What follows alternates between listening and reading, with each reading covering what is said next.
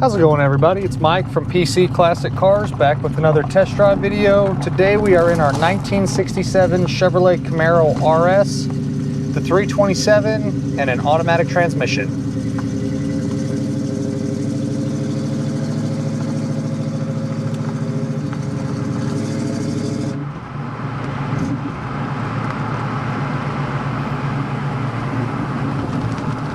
Give it a chance here to warm up just a little bit.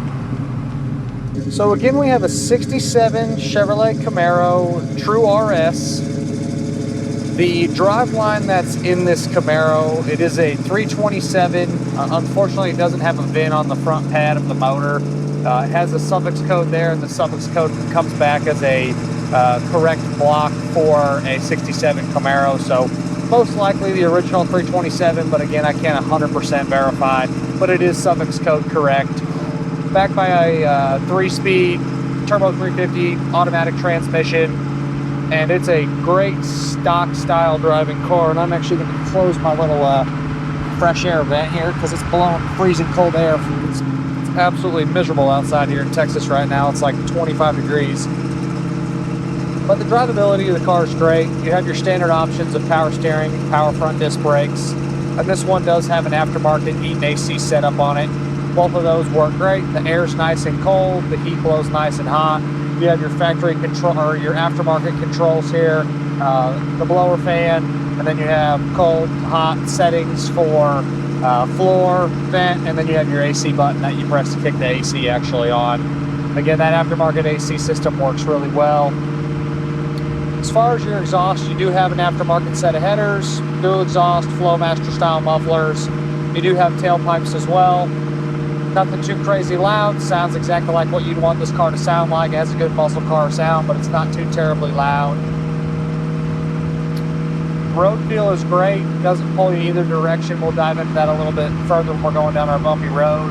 But imagine a stock style driving 67 Camaro, and that's pretty much how I would explain this car.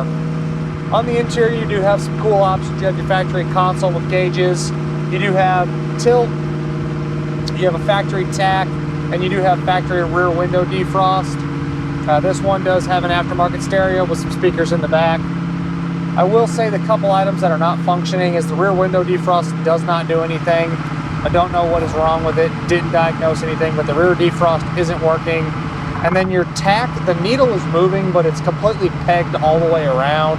So I don't know exactly what's going on with the tack. It maybe needs to be converted or need an adapter.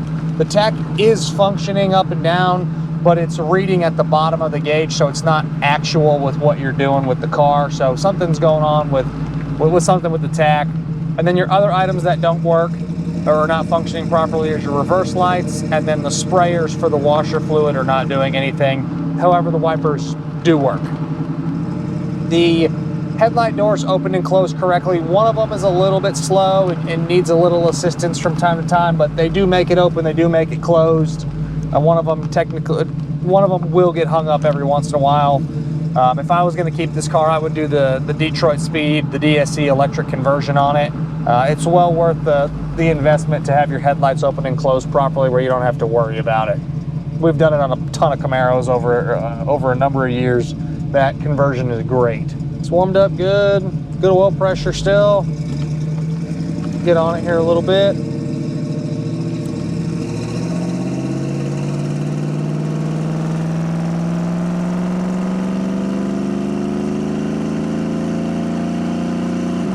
Nice positive shift, and then you're cruising at 60-65 miles an hour with no problems whatsoever. On the underside of this Camaro, it has had the full floor pans redone. I don't know when that work was completed. They put Camaro pans in there, but you can see at the toe board where it meets the floor pan, where you can see where it was done, but they welded it, seam sealed it. It's undercoated uniform, front to back.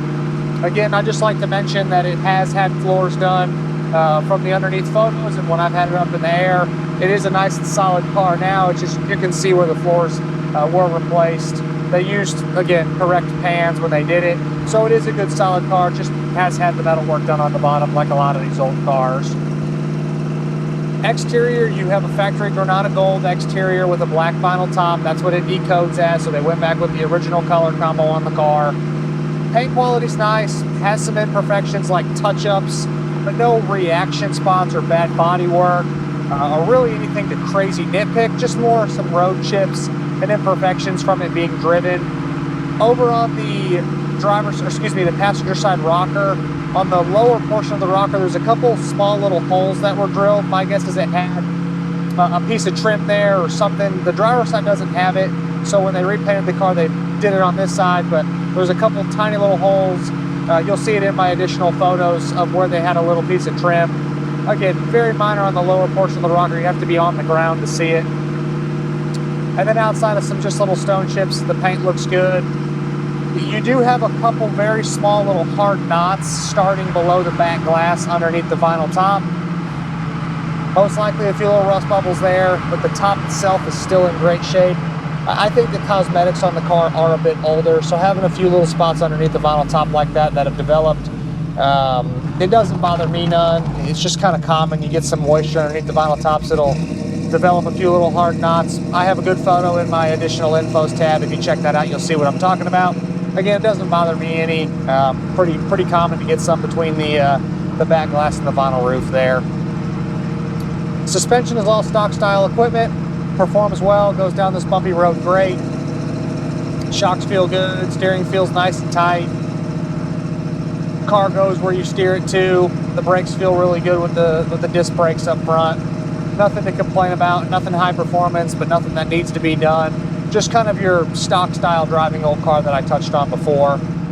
Glass is in nice shape. The wind noise is to a minimum with your vent windows there on the 67. You do get some normal wind noise, but this one's nice and tight. The rubbers look good around the vent glass.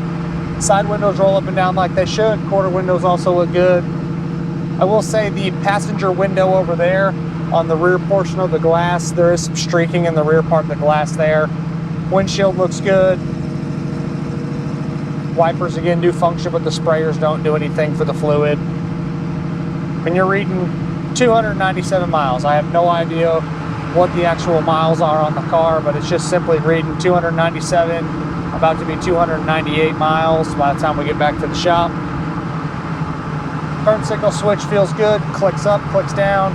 Your interior turn signal bulbs work. That's a real common thing, that the interior green bulbs will burn out on the dash, but this one looks good. They work properly, and it does cancel when you turn back the other way. Seats feel good. You do have a black deluxe interior, and I didn't really dive into that before. I forgot to mention on that, but you have a black deluxe interior. That's what this car would have came with. Seat covers are nice. Dash looks good. Headliner, visors, all that material is in nice shape. You do have a few little wrinkles in the headliner right here, just minor stuff.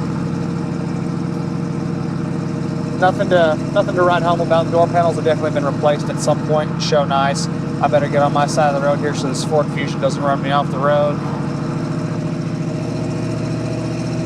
Plenty of room in this car if you are a bigger individual. You have enough room. I have the seat. It can go back just a little bit further than where I'm sitting, but there is a ton of room between me and the steering wheel. And then again, if you put the steering wheel all the way up, if you again are a larger individual, there is enough room in this car for you to fit comfortably.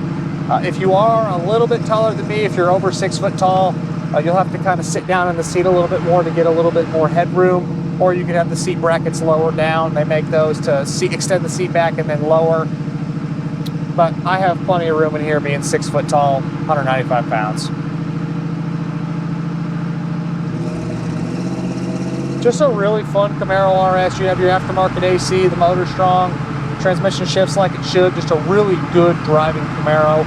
This is a great car for someone who wants to hop in one and drive and enjoy instead of just sitting there and wiping on it in your garage. Obviously, you can still be very proud of this car, but it does have a few little stone chips, so if you take it to your grocery store, you get a little door ding. It's not going to be the end of the world, but it's a very, very good-looking car cosmetically. I think the Granada Gold with the black top and the RS stripe up front, it's a really, really kick-ass looking car.